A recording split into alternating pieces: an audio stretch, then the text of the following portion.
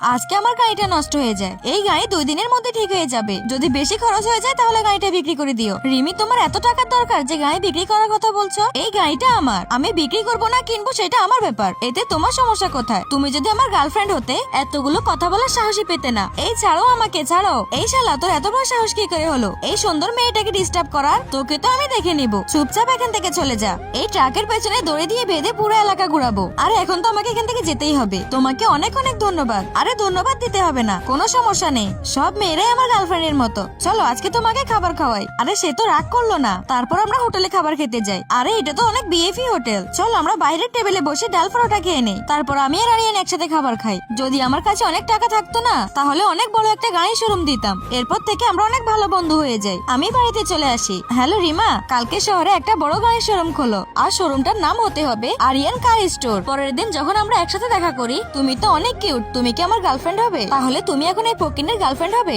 এখন যদি তোকে একটা থাপ্পড় মারি, গান ছাড়া এখানে নাচতে শুরু করবি। কিন্তু আমি তো নাচতেই পারি না। আরে পাগল, তুমি জানো রিমি এই শহরের সব থেকে বড় কোম্পানির মালিক। বন্ধুরা, তোমরা কেউ ভিডিওতে লাইক সাবস্ক্রাইব করো না। আজকে তো লিলিকে শিক্ষা দিয়েই ছাড়বো। বদমাশ রিয়া, এখন এগুলো চেটে পরিষ্কার করো। দূরে যাও আমার আপুর কাছ থেকে। আমাকে বানর বানিয়েছে, আমি তো এর বদলা নিবই। এইটা বলতে তাকে আমি লাথি মারি। এরপর দুজনের কিস হয়ে যায়। দূরে যা আমার কাছ থেকে। হায় আল্লাহ, প্রথম কিসই বান্দরের সাথে হয়ে গেল।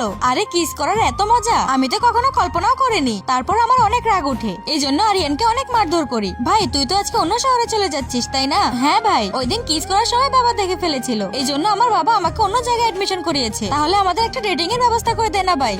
হ্যালো রিয়া, আজকে একবার রেস্টুরেন্টে দেখা করো, আমি অ্যাড্রেসটা সেন্ড করছি। আজকে মনে হয় আরিয়ান তোকে প্রপোজ করবে, সত্যি করে বলবি? তোরও আরিয়ানকে অনেক পছন্দ তাই না? হ্যাঁ, আমারও ওকে পছন্দ। তারপর আমি সন্ধ্যা রেস্টুরেন্টে যাই। আরে বেবি, তোমাকে তো এই ড্রেসটাতে অনেক সুন্দর লাগছে। আরে তুমি এখানে কেন? আমি তো এখানে আরিয়ানের সাথে দেখা করতে এসেছি। আরিয়ানকে তো আমি বলেছি। আরিয়ান না, আমি তোমাকে ভালোবাসি, ছাড়ো আমাকে, ছাড়ো। তারপর আমি তাকে লাথি মেরে আরিয়ানের বাসার সামনে যাই। আরে মা, আরিয়ান তো কিছুক্ষণ আগে এয়ারপোর্টে গেছে। আমি আমার গাড়ি দিয়ে দ্রুত এয়ারপোর্টে চলে যাই। সেখানে আরিয়ানের সাথে দেখা হয়ে যায়। আমি আবার আসবো। এই নাও, এটা তুমি রাখো। তারপর আমি বুঝতে পারি সে আমাকে প্রপোজ করে ছোট্ট একটা রোবটের মাধ্যমে। বন্ধুরা, তোমরা কি ভিডিওতে লাইক সাবস্ক্রাইব করো না?